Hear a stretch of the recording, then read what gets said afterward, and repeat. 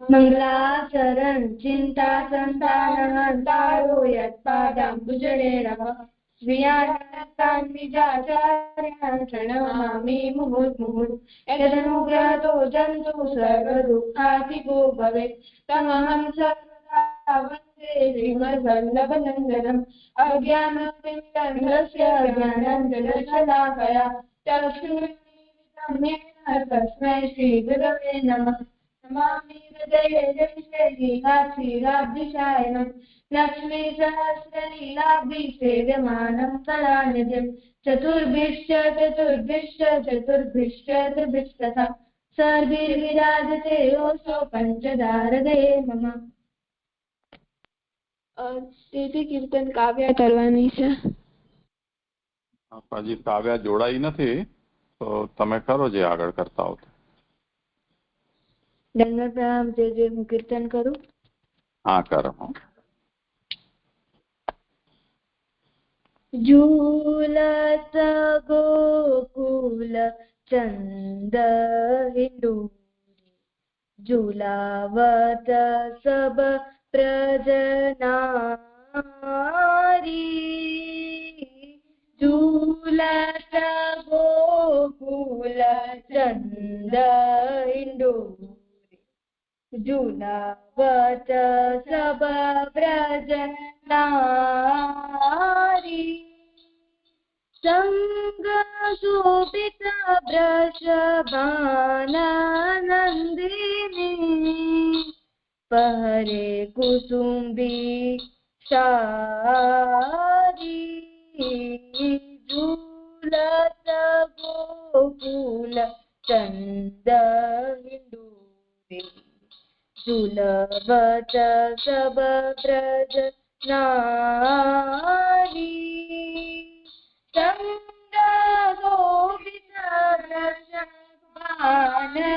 नंदिनी पहरे कुसुम्बी सारी झूलत गोकुल चंद हिंडोरे झूलावत सब ब्रजनारी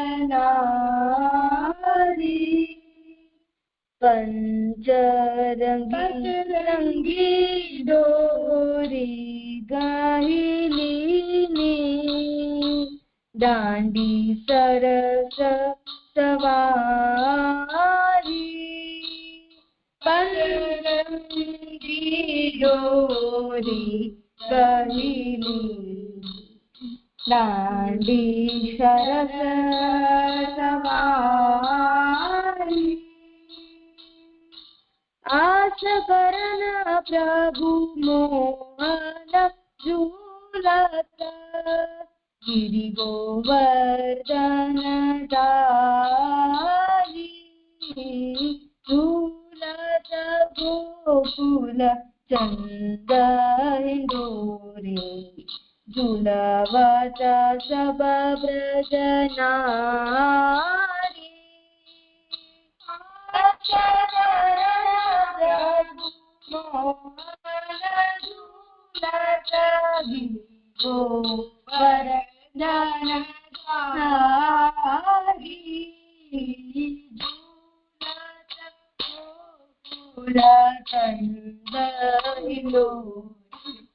झूलावत सब ब्रज नारी झूलत गोकुल चंद हिंडोरे झूलावत सब ब्रज नारी.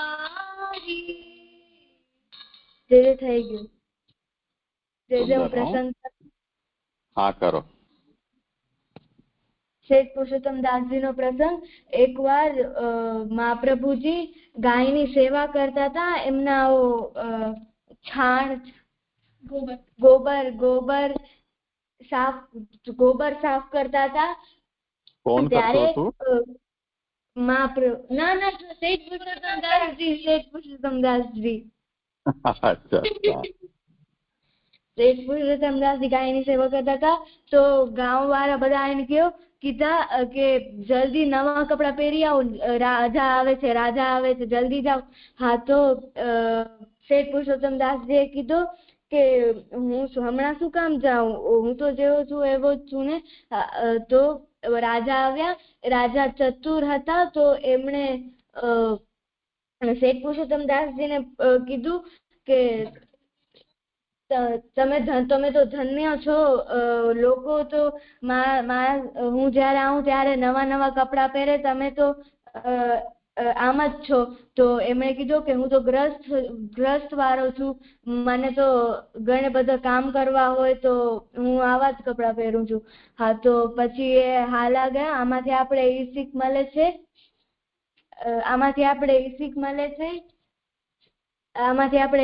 મળે છે કે આપણી સેવા ગુપ્ત રાખવી જોઈએ. આમાંથી શબ્દ છે આ શીખ કેવી રીતે મળે છે? જે એમે કીધું શું, શેઠ પુરુષોત્તમદાસજીએ રાજાને કીધું હતું કે હું તો ગ્રસ્ત વાળો છું, મને કામ કરે, પણ અસલમાં તો એ ગાયની સેવા કરતા હતા.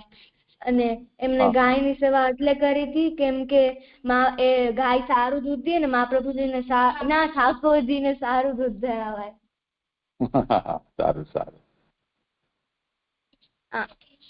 અને જે આપણે સાદગી રાખવી જોઈએ. આપણું જીવન સાદગી, સરળતા પૂર્ણ, સહજ અને સાચું હોવું જોઈએ.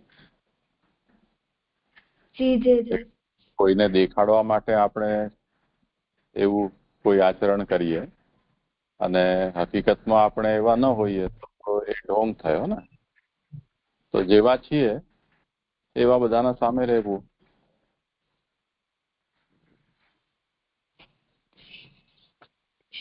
આમાંથી શબ્દ છે સેવા. સેવ્યને સુખ દેનાર ક્રિયા એટલે સેવા. સેવ્યના અનુકૂળ રહીને સેવા કરાય. જે આના પહેલા પણ હજી એક પ્રસંગ હતો, પણ એ મને સમજાતો નતો. એમ હતો કે મહાપ્રભુજી જયારે પણ કાશી આવતા તો શેઠ પુરુષોત્તમદાસજીના ઘરે રોકાતા. તો મહાપ્રભુજી ઠાકોરજીને પંચામૃત સ્નાન કરાવતા.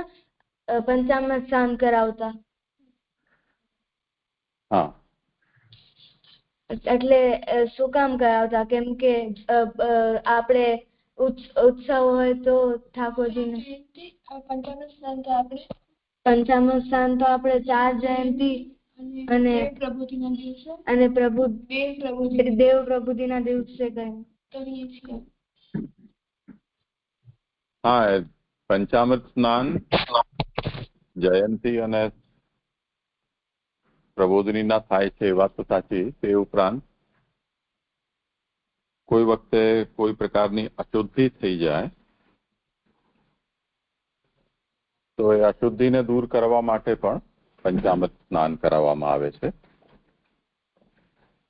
તે સિવાય જ્યારે પ્રતિષ્ઠા કરવામાં આવે તે વખતે પણ પંચામૃત સ્નાન કરાવવામાં આવે છે. એટલે તમને કદાચ આ વસ્તુનો ખ્યાલ નહીં હોય, પણ જેમ બેટ દ્વારકાધીશ બેટમાં બિરાજે છે એમને દરરોજ પંચામૃત સ્નાન થાય. તો કેટલીક તો પ્રણાલિકા જ્યાંની હોય ત્યાંની વાત છે. ત્યાંનું કારણ એ રહ્યું છે કે દ્વારકાધીશજીના ચરણ સ્પર્શ પહેલા બધા જ લોકોને થતા. જે પણ આવે સવારે મંગલ આરતીમાં એ બધા જ ઠાકોરજીના ચરણ સ્પર્શ કરી શકતા. અને ઠાકોરજી ત્યાં વેદ મર્યાદાથી બિરાજે છે. એને કારણે તે પછી આપને પ્રાતઃ સંધ્યા કરવાની હોય, મધ્યાહન સંધ્યા, સાયં સંધ્યા, તો કોઈ પણ વ્યક્તિ આવીને ઠાકોરજીનો સ્પર્શ કરે તો અશુદ્ધિ ઠાકોરજી માને એને કારણે સ્નાન કરતા પહેલા જેમને પણ ચરણ સ્પર્શ કરવા હોય તે કરી લે. તે પછી અશુદ્ધિને દૂર કરવા માટે ઠાકોરજી પંચામૃત સ્નાન કરે. તે પછી કોઈને પણ બીજા કોઈ પણ વ્યક્તિને અંદર પ્રવેશ ન મળે. તો પંચામૃત સ્નાન શુદ્ધિ માટે પણ હોય છે. બીજું, પંચામૃત સ્નાન જ્યારે પ્રતિષ્ઠા કરવામાં આવે દેવની ત્યારે પણ સ્નાન થાય છે પંચામૃત. હવે પરસોત્તમ દાસજીને ત્યાં શ્રી મહાપ્રભુજી પધારતા અને ઠાકોરજીનું પંચામૃત સ્નાન કરાવતા, એનું એક મુખ્ય કારણ એ છે કે વાર્તામાં જેનો ઉલ્લેખ મળે છે કે પુરુષોત્તમદાસજી એમને ત્યાં મદન મોહનલાલ સ્વામીજી બિરાજતા હતા અને એમની એ સેવા શ્રી મહાપ્રભુજીની ભાવનાથી કરતા હતા કે એ મહાપ્રભુજીની સેવા કરી રહ્યા છે. તો શ્રી મહાપ્રભુજી તો પોતે પોતાની સેવા પોતાના ભાવથી જે કરતા હોય એમને ભોગાદી ન કરી શકે ને. તો ઠાકોરજીને ફરીથી પંચામૃત સ્નાન કરીને એમની પુનઃ પ્રતિષ્ઠા કરતા અને તે પછી એમની સેવાનો ક્રમ આગળ પહોંચતા. સમજાયું?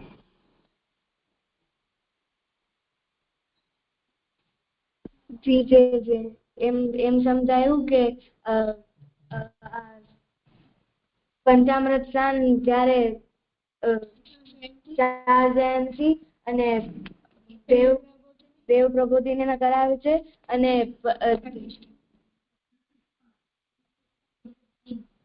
અને પ્રતિષ્ઠા અને શુદ્ધિ ત્યારે કરાવે છે. સરખું બોલ.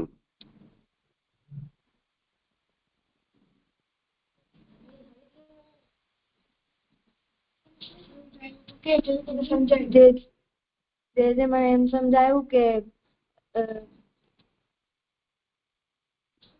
પંચામૃત સ્નાન ત્યારે કરાવે છે જ્યારે 5 વસ્તુ હોય જ્યારે પંચામૃત સ્નાન કરાવે. એક તો ચાર જયંતી, પછી દેવ પ્રબોધિની, અશુદ્ધિને દૂર કરવા માટે અને પ્રતિષ્ઠા કરાવ શુદ્ધિ. બરોબર. હવે શ્લોક કરું? હા કરો. પહેલે તો હા પાઠ કરી લો કોઈ સ્તોત્રનો. શ્રી ગોકુલેશાષ્ટકમ નંદ ગોપ ભૂપ વંશ ભૂષણમ વિદૂષણમ ભૂમિ ભૂતિ ભૂરિ ભાગ્ય ભાજનમ ભયાવહમ હેનુ ધર્મ લક્ષણાવતીર્ણ પૂર્ણ વિગ્રહમ નીલવારી વાહકાંતિ ગોકુલેશમાશ્રયે.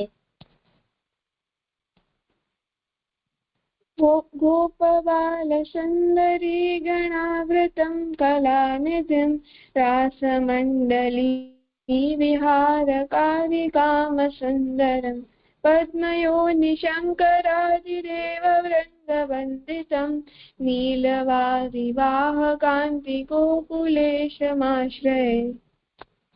गोपराज रत्नराजि मन्दिरानुरिङ्गणं गोपबाल बालिका कलानुरुद्धकायनं सुन्दरी मनोज भाव भावनाम्बुजाननं नीलवारि वाहकान्ति गोकुलेशं.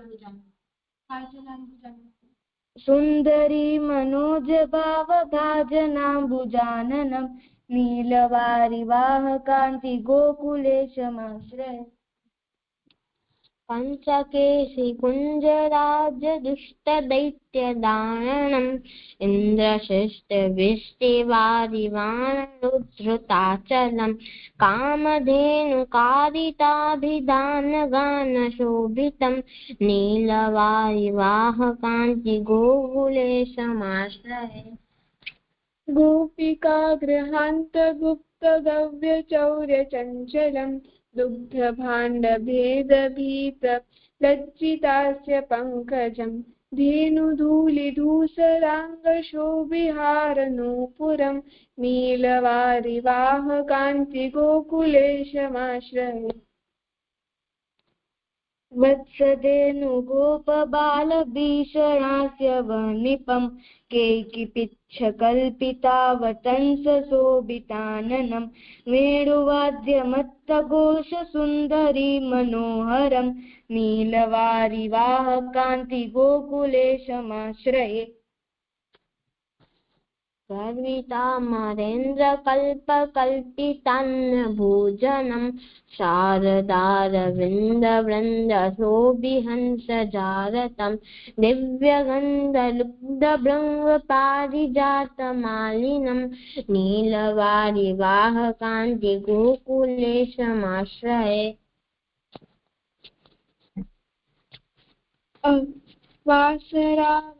वासरावसानगोष्ठगामि गोगणानुगं धेनुदोहदेहगेह मोहविस्मयक्रियं स्वीयगोकुलेशदानदत्तभक्तरक्षणं नीलवारिवाहकान्तिगोकुलेशमाश्रये इति श्री रघुनाथकृतं श्री गोकुलेशाष्टकं सम्पूर्णम् नवां श्रीगोपीजन वल्लभाष्टकं नवाम्बुदानि कमनोहराय प्रफुल्लराजीवविलोचनाय वेणुस्वनैर्मोदितगोकुलाय नमोऽस्तु गोपीजनवल्लभाय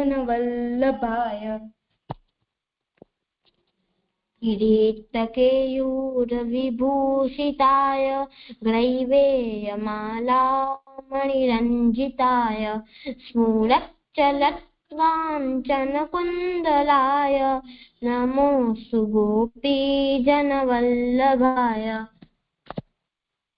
दिव्याङ्गनावृन्दनिषेविताय स्मितप्रभाचारुमुखाम्बुजाय त्रैलोक्यसम्मोहनसुन्दराय नमोऽस्तु गोपीजनवल्लभाय रत्नादिमूलालयसंश्रिताय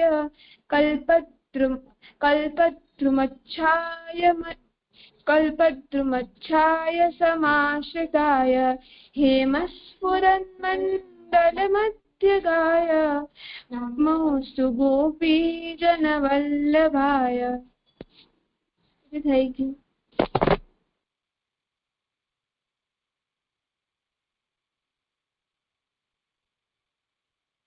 આ પાંચમું કાલે કર્યું નતું શ્રીવત્સ રોમાવલી ના જઈ અચ્છા ઠીક છે શ્રીવત્સ રોમાવલી રંજિતાય રોમાવલિરંજિતાય શ્રી દીર્ઘ છે અને લી અને રંજિતનું જી છે એ રસ્વ છે એ સાવધાની રાખવાની રસ્વ ઉચ્ચારને કરવા માટે એના આગળનો જે વર્ણ હોય શબ્દ હોય કે અક્ષર હોય એને થોડું લંબાવી દેવાનું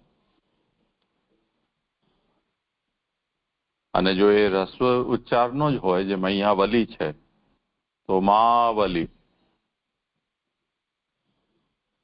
પછી રંજિતાય પછી આગળ વક્ષસ્થલે આમાં વિસર્ગ છે અને પછી સ છે એટલે વિસર્ગનો ઉચ્ચાર સ જેવો જ થશે વક્ષઃ સ્થલે એમ નહીં કરવાનું વક્ષસ્થલે કૌસ્તુભ ભૂષિતાય ભૂ દીર્ઘ છે અને શી રસ્વ છે તો ભૂને આપણે થોડું વધારે જોર આપીને બોલીશું તો પછીનો આપોઆપ જ રસ્વ થશે ઉચ્ચાર તો કૌસ્તુભ ભૂષિતાય સરોજ પિંજલ્ક નિભાંશુકાય નમોસ્તુ ગોપીજન વલ્લભાય શ્રીવત્સરોમાવલિરંજિતાય વક્ષસ્થ वक्षस्थले कौस्तुभभूषिताय सरोजकिञ्जल्कनिभांशुकाय नमोऽस्तु गोपीजनवल्लभाय।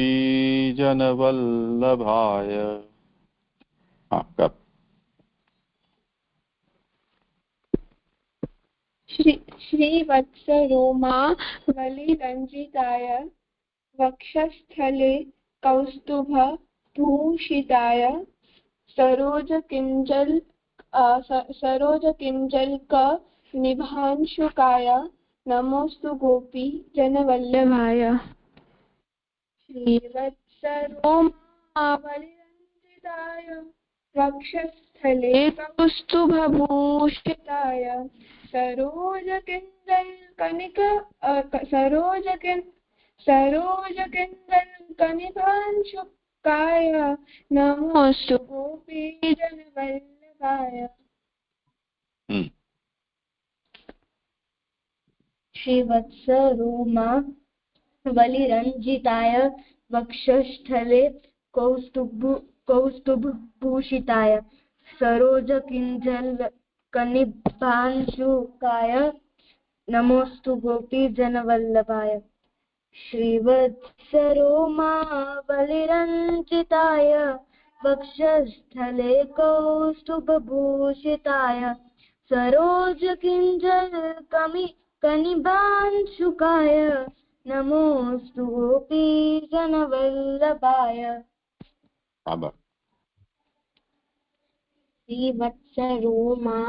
श्रीवत्सरोमावलिरञ्जिताय वक्षस्थले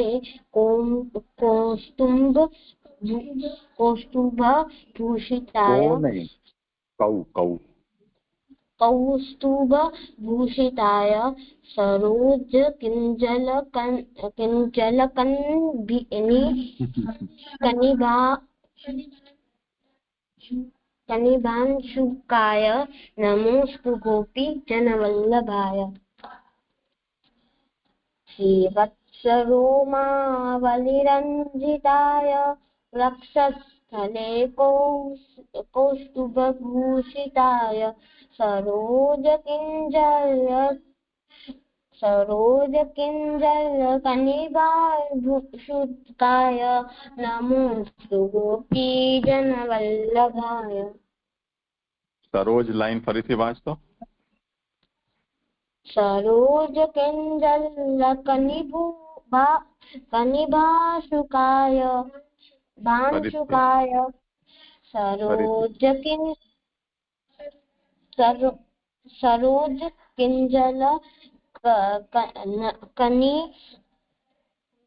અરે એવું શું કામ કરે છે? એના કરતા કિંજલક એવું બોલ ને તું. કિંજલક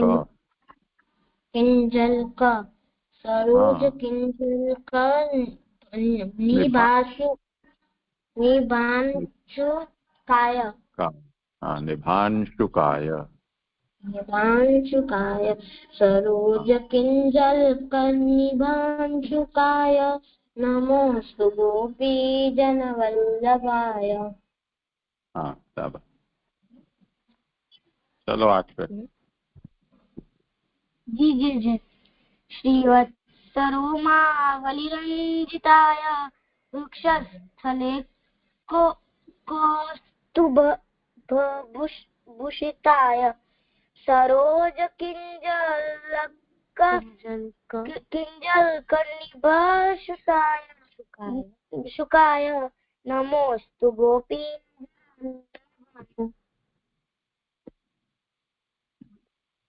ठीक है, તમે કોઈ બોલવાના છો? સાનવી, અર્પણ? હા ચાચા। श्रीवत्सरोमावलिरञ्जिताय वक्षस्थले कौस्तुभभूषिताय सरोजकिञ्जल्कनिभांशुकाय नमोऽस्तु गोपीजनवल्लभाय। श्रीवत्सरो मा वैरञ्जिताय वक्षस्थले कौस्तुभभूषिताय सरोजकिञ्जल्कनिबांशुकाय नमोऽस्तु गोपीजनवल्लभाय। શાબાશ, ઠીક છે, ચલો આગળ કરો.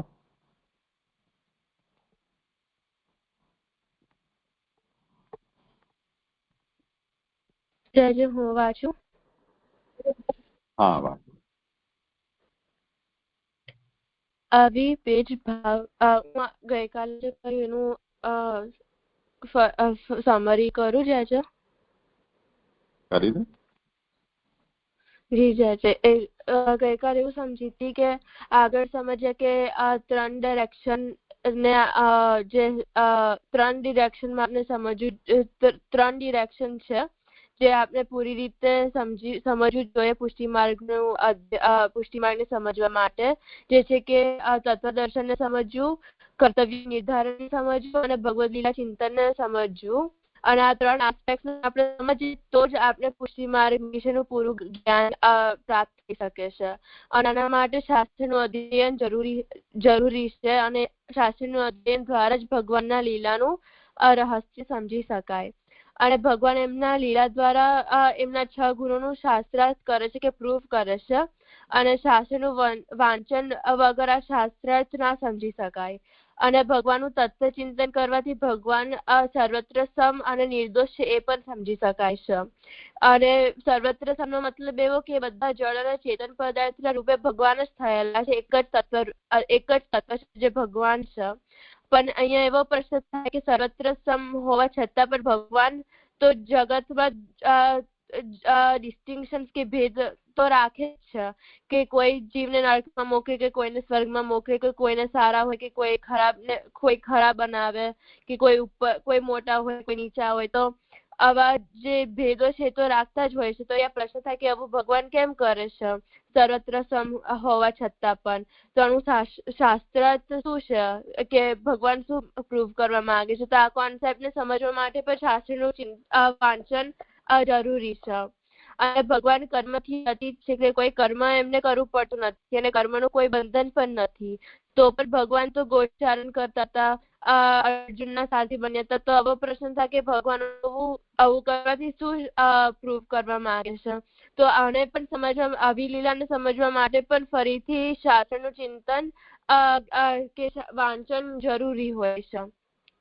પણ અત્યારના કાળમાં એવું થઈ રહ્યું છે કે બધા લોકો શાસ્ત્ર વાંચન નહીં કરતા અને લોકો મહાપ્રભુજીના નામે માર્ગથી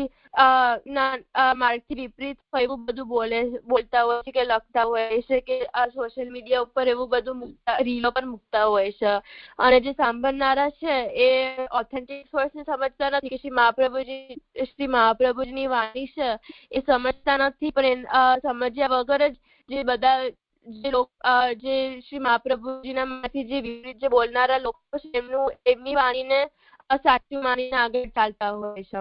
અને બોલનારો જે પણ બોલે તો એમનું સાંભળનારું તો કોઈ પણ મળી જાય છે. એટલે બોલનારું સાચું કે ખોટું બોલતું હોય તો પણ એમની વાતને સાંભળી એવા લોકો હોય છે કે બીજાને પણ એ ખોટી વાતો શેર કરતા હોય છે. અને લખનારો છે કે એ કાંઈ પણ લખીને પબ્લિશ કરે છે અને જે પબ્લિશ જે બુકો હોય એને પણ એનું બધા બાય કરતા હોય છે. અને જે લખાણ સાચું હોય કે ખોટું હોય તો પણ બધા એ વાંચીને એના ઉપર ચાલતા હોય છે. એટલે જેમને મૂલાચાર્યોને વાણીનું જ્ઞાન નથી તો એ ખોટા રસ્તા ઉપર ચડીને માર્ગથી વિપરીત કાર્યમાં જોડાઈ જાય છે. પણ આના જે આવું કરે છે તો એમને શ્રી મહાપ્રભુજીના નામે ન કરવું જોઈએ, પોતાના નામ પર એવું કરવું જોઈએ અને પોતે રિસ્પોન્સિબિલિટી લેવી જોઈએ. કારણ કે શ્રી મહાપ્રભુજીના નામે જે કરતા હોય છે તો એ એકદમ યોગ્ય નથી અને એમને આવું ખોટું કાર્ય કરે છે તો એમને પોતે રિસ્પોન્સિબિલિટી લેવી જોઈએ. એવું હું સમજી હતી ગઈકાલ. ભક્તિ કંઈ કહેવું છે? બધું કહી ગયું. સારું, ચલો કરો આગળ. આચાર્ય, આવી ભેદભાવ વધાર મનોવૃત્તિને કારણે માર્ગની સેવાના ઠેકાણે આ દિવ્ય માર્ગને આપણે હાનિ જ વધારે પહોંચાડી છે અને હજી વધારે પહોંચાડતા રહીશું. વલ્લભ મતના અધ્યયન માટે આ પ્રક્રિયા ગ્રંથોથી પ્રારંભ કર્યા વિના સિદ્ધિ વાનર છલાંગ મારીને સુબોધિનીજી વગેરે ગ્રંથોમાંથી છૂટક વચનો ટાંકીને શ્રી મહાપ્રભુના નામે ઊંધું છતું જાહેરમાં બાફનારાઓ હમણાં વરસાદી દેડકાઓની માફક પુષ્કળ વધી ગયા છે. આગળનું પણ પેરેગ્રાફ વાંચી દઉં છે. વાંચી લે. આવી કપરી પરિસ્થિતિમાં શ્રી મહાપ્રભુ શ્રી પ્રભુચરણાદિ પૂર્વાચાર્યોના ગ્રંથો પદિષ્ટ વિષયોના નિરૂપણોને જ્યાં સુધી પુષ્ટિ માર્ગે સાધારણ જનાતા સ્વાવલંબિતાનો અભિગમ દાખવીને પોતે સભાન થવાનો પુરુષાર્થ પ્રગટ નહીં કરે ત્યાં સુધી આ પ્રવર્તમાન દુરવસ્થા દૂર નહીં થાય. મને આમાં એવી સમજણ પડે છે કે જે આગળ બતાવ્યું કે જે બધા ખોટા શ્રી મહાપ્રભુજીના વિપરીત માર્ગના વિપરીત બધું બોલતા હોય છે કે લખતા હોય છે, તો આજે જે ખોટી વાત છે અને શ્રી મહાપ્રભુના નામે કરતા હોય છે એટલે માર્ગને હાનિ પહોંચાડે છે અને એવું ના કરવું જોઈએ. અને અત્યારના કાળમાં બધા એવું કરે છે કે શ્રી મહાપ્રભુજીના જે સિદ્ધાંત છે કે એમના શ્રી મહાપ્રભુ જે લખેલા જે ટેક્સ્ટ છે એમાંથી એ બધા જે ફાઉન્ડેશનલ જે ટેક્સ્ટ છે એને સમજ્યા વગર છે જે થોડા કોમ્પ્લેક્સ શાસ્ત્ર છે જેમ કે સુબોધિનીજી એના ઉપર જમ્પ મારે છે અને પછી જે થોડાક ફ્રેઝીસ હોય એ બહાર કાઢીને શ્રી મહાપ્રભુના નામે એને મિસરેપ્રેઝેન્ટ કરતા હોય છે કે ખોટી રીતે એને બધાને સમજાવતા હોય છે. તો આમાં એવું તો આ યોગ્ય વાત નથી અને શ્રી મહાપ્રભુના જે સિદ્ધાંત છે એ પહેલા બરાબર સમજવા જોઈએ અને આવું મિસરેપ્રેઝેન્ટ ન કરવું જોઈએ કે ખોટી રીતે સમજવા ના જોઈએ. અને જે શ્રી મહાપ્રભુજીનો સિદ્ધાંત છે બરાબર પહેલા સમજવા જોઈએ અને પછી પોતાની જે કન્ફ્યુઝન હોય ત્યારે દૂર કરવી જોઈએ એવું સમજીતી જાય આમાં. ભક્તિ કંઈ કહેવું છે? મને આમાં એવું સમજાયું કે આજે જેમ સાનુએ કીધું કે જે લોકોને હજી શરૂઆત કરે છે એ લોકોને જેમ સ્ટેપ વાઇઝ આગળ ક ખ ગ એ રીતે તત્વદર્શન, કર્તવ્ય દર્શન અને ભગવદ લીલા ચિંતન કહ્યું છે એ પ્રમાણે ધીમે ધીમે આગળ વધવું જોઈએ અને હરેક સ્ટેપને ફોલો કરવો જોઈએ. તો અગર એવી રીતે ન કરીને ડાયરેક્ટલી કોઈ હાર્ડ ગ્રંથ જે ન સમજી શકે એટલે કે સમજવામાં થોડું અઘરો પડે એવા ગ્રંથ પર પહોંચી જાય અને પછી એમાંથી એક બે શ્લોક લઈ અને એના ઉપર કંઈક જે એને સમજાય એવી રીતે લખી નાખે તો એ ખૂબ જ ખોટું છે અને એવું ના કરવું જોઈએ. અને એવું હમણાં જેમ વરસાદમાં ઘણા બધા દેડકા આવી જાય ફેલાઈ જાય એવી રીતે આવા બધા લોકો ફેલાઈ ગયા છે અને આવી સ્થિતિમાં આપણને મહાપ્રભુજીના જે ગ્રંથો છે એનું જે રીતે અહીંયા કહ્યું છે એ જે સ્ટેપ વાઇઝ એવી રીતે આપણે એનો પુરુષાર્થ કરવું એનું ચિંતન કરવું જોઈએ. મહાપ્રભુજી જે વાત કહે છે એ આપણે સમજી નહીં શકીએ અને આવી જે લોકો આમ ઊંધા કામ કરે છે એ બેજવાબદારી વાળા લોકો આ ખાલી હાનિ પહોંચાડતા આવ્યા છે ને આગળ પણ એવા કરતા જ રહેશે આવી રીતે, જે મને એવું સમજાયું. ઠીક છે.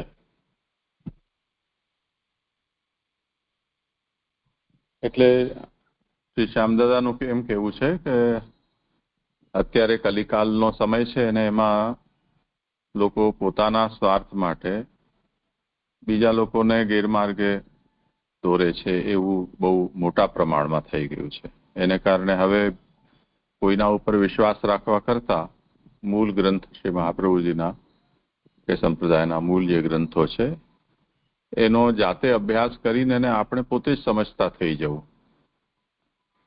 એ સૌથી સેફ કોર્સ છે એવું શ્યામદાદાનું કહેવું છે.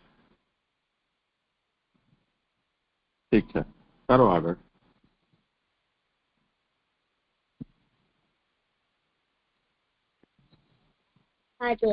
ગોસ્વામી શ્રી શરદ ભાવે તેથી પુષ્ટિ પ્રવેશિકા, પુષ્ટિ પ્રવેશ અને પુષ્ટિપદ પુસ્તિકાઓ પ્રગટ કર્યા પછી હવે ઉપર જણાવેલ પ્રમેય નાર્ણવ ગ્રંથના પ્રારૂપ સિનોપ્સિસના આધારે જે આ પ્રમેય રત્ન સંગ્રહ પ્રગટ કર્યો છે તે પુષ્ટિ માર્ગમાં સ્વયં શિક્ષિત ગ્રંથ માળાના એક સુરમ્ય સુમન તરીકે સહુ સાચા પુષ્ટિ માર્ગીઓ માટે આહલાદકારી અને અભિનંદનીય સિદ્ધ થશે જ. તો આમાં મને એવી સમજણ પડી કે આજે અહીંયા આ બધા લોકો આ જે ખોટું બધા ખોટું કહી રહ્યા છે એના માટે આ શ્રી શરદભાઈ પુષ્ટિ પ્રવેશિકા પુષ્ટિ પ્રવેશિકા, પુષ્ટિપ્રદ, પુષ્ટિપદની એવા બધા પુસ્તકોની રચના કરી છે અને જે અને આ જે પ્રમેય રત્નાર્ણવ જે ગ્રંથ છે એનું સમરી કે એનું જે સિનોપ્સિસ જે છે એના માટે આ પ્રમેય રત્ન સંગ્રહ ગ્રંથ પ્રગટ કર્યો છે અને એ મને સમજણ પડી.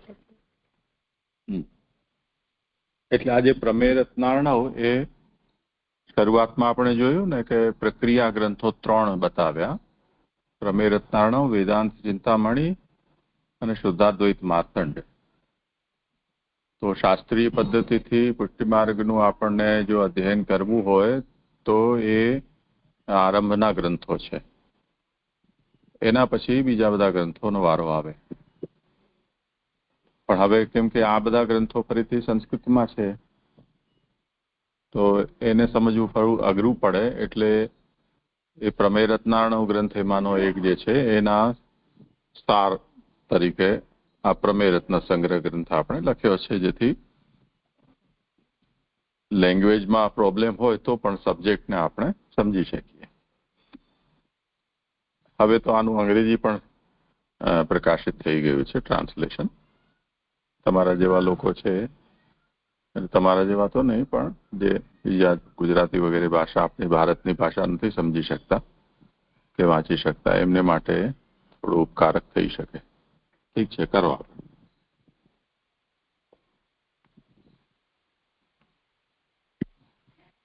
પુષ્ટિ માર્ગના ત્રણેય આયામમાં તત્વદર્શન, કર્તવ્ય નિર્ધારણ અને ભગવત લીલા ચિંતાના અનેકવિધ પ્રમેયોની બાબતમાં પ્રમાણ યુક્તિ પરસ અનેકવિધ શંકા આક્ષેપોના સમાધાન સાથે પરિચય કરાવી આપનાર શ્રી લાલુ ભટ્ટજી દ્વારા લખાયેલ પ્રમેય રત્નાર્ણવ ખરેખર એક અતિશય અદ્ભુત ગ્રંથ છે.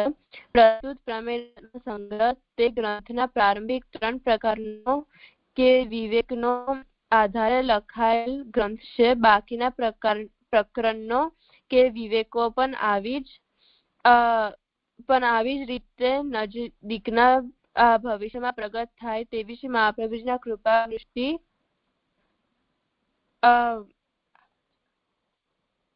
કૃપા વૃષ્ટિ ગોસ્વામી શ્રી શરદબાબા ઉપર વરસે તેવો શુભ મનોરથ હું મારા હૃદયમાં રાખું છું. બીજા કોઈની બાબતમાં કંઈ પણ લખવા બોલવા માટે હું મારી જાતને અધિકારી માની લેવાની અને અંધકાર ચેષ્ટા તો ન જ કરું. અલબત્ત મારી પોતાની બાબતમાં એટલું ચોક્કસ કહી શકું છું સ્વમાર્ગીય સિદ્ધાંતોના બધા જ મુદ્દાઓને આવરી લેનાર કોઈક એવો સુબોધ ભાષા ગ્રંથ જે સ્વમાર્ગીય સિદ્ધાંતોના ત્રણેય આયામોના અધ્યયન પ્રારંભ કરવા માંગનારને ઉપયોગી થઈ શકે તેવો લખી દેવાની તીવ્ર મહેસના વર્ષોથી રાખવા છતાંય હજી સુધી હું પોતે આવો કોઈ ગ્રંથ લખી શક્યો નથી. તો હવે આવો એક આ ગ્રંથ પ્રકાશિત થવા જઈ રહ્યો છે. આ અતિશય સંતોષનો વિષય મને લાગે છે. મને આમાં એવી સમજણ પડી કે આ જે પ્રમેય રત્ન સંગ્રહ ગ્રંથ છે તો એ પ્રમેય રત્નાર્ણવમાં જે પહેલા ત્રણ ચેપ્ટર છે એનું સમરી અહીંયા છે. પ્રમેય રત્નાર્ણવ જે શ્રી લાલુપતિએ લખેલું છે એમાં જે 3 ડિરેક્શન આગળ સમજાવ્યા કે તત્વદર્શન કે કર્તવ્ય નિર્ધારણ અને ભગવદ લીલા ચિંતન તે બધું આ પ્રમેય સંગ્રહમાં પણ આવે છે અને એ પ્રમેય રત્નાર્ણવના પહેલા 3 જે ચેપ્ટર્સ છે એના વિષયમાં છે. હા, એટલે આ વિષય છે એ આ પુસ્તક પહેલે 2 પાર્ટમાં પબ્લિશ થઈ હતી. તો આ જે એની ઇન્ટ્રોડક્શન છે એ શ્રી શ્યામદાદાએ તે વખતે લખેલું. ત્યાં સુધી બાકીનો જે ચેપ્ટર છે આમાં 9 વિવેક છે એમાંના બાકીના વિવેક નતા છપાયા, પણ હવે અત્યારે આ કમ્પ્લીટ છે. ઠીક છે, બીજું કઈ વિષય આગળ? જી ચાચા. તો હવે ક્યાંથી વાંચું? હવે તો થઈ ગયું ને, બસ આ છેલ્લો એક પેરેગ્રાફ રહ્યો બસ. હા.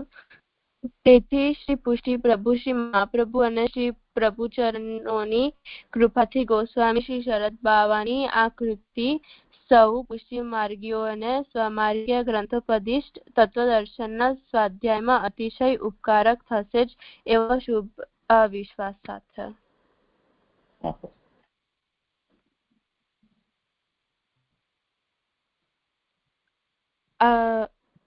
સમજાવવાનું છે ચાચા? ઇન્ડેક્સ જોઈ લો એની અનુક્રમણિકા.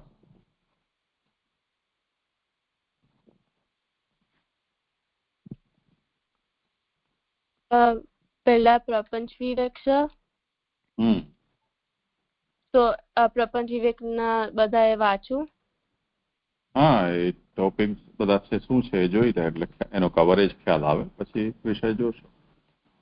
જી ચાચા. પ્રપંચ વિવેકમાં જગત બ્રહ્માત્મક છે, જગત બ્રહ્મનું કાર્ય છે, બ્રહ્મ પોતે જગત કરતા છે, બ્રહ્મ જગત કારણ પણ છે, એ અભિન્ન નિમિત્ત પાદન કારણ છે, ઉપાદાન કારણ, એમાં ઉપાદાન કારણ અને નિમિત્ત કારણ, સત્કારાંતવાદથી ભિન્ન માન્યતાઓ જે છે અજિતિવાદ, સ્વભાવવાદ, પ્રતીત્ય સમુત્પાદવાદ, સંઘાતવાદ, આરંભવાદ અને વિવર્તવાદ.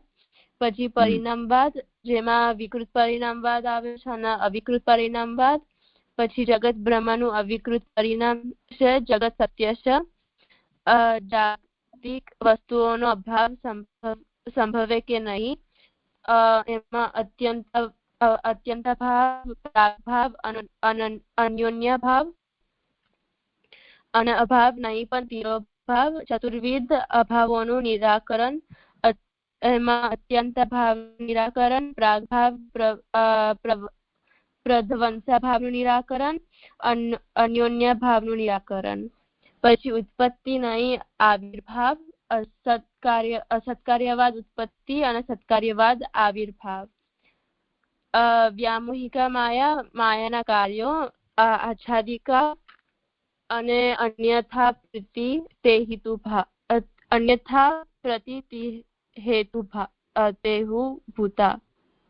હેતુભૂતા. પછી વ્યામોહનની પ્રક્રિયા, વિષયતા અને જગત અને સંસાર. તો આટલા વિષયો છે આ પ્રપંચ વિવેકમાં કરવામાં આવ્યા છે. એટલે જગત પ્રપંચ જેને આજે આપણે યુનિવર્સ કહીએ છીએ કે ક્રિએશન કહીએ, એના સંબંધમાં આટલા ટોપિક છે. આમ અને ટોટલ આમાં 7 વિવેક છે. આમ પ્રમેય રત્નાર્ણવ ગ્રંથમાં આ સિવાયના પણ બીજા વિવેક છે, પરંતુ આમાં કેવલ 7 વિવેક લીધેલા છે. એટલે 7 ચેપ્ટર છે ટોટલ. ઠીક છે. તો હવે મને એમ છે કે આપણે મૂળ વિષય છે એનો શરૂઆત કાલથી કરીએ. અને બીજું મને નીરજભાઈ એમ પણ કહ્યું હતું કે આની રેકોર્ડિંગ અલગ થઈ જાય તો સારું. તો હવેથી આપણે એવું પ્રયાસ કરીશું, હું ભૂલી જાઉં તો તમે પણ યાદ અપાવી દેજો કે જ્યારે પણ પ્રમેયરત્નાર્ણવ એટલે પ્રમેયરત્ન સંગ્રહની આપણે શરૂઆત કરીએ ને તે વખતે એક વખત કોન્ફરન્સને ક્લોઝ કરીને પછી રીસ્ટાર્ટ કરીશું, એટલે એનો ટ્રેક રેકોર્ડિંગનો અલગ થઈ જાય. સમજાયું? તો કાલથી આપણે એમ કરીએ. હા, સારું. દાદા પ્રણામ. જાજા. ઓકે. પ્રણામ.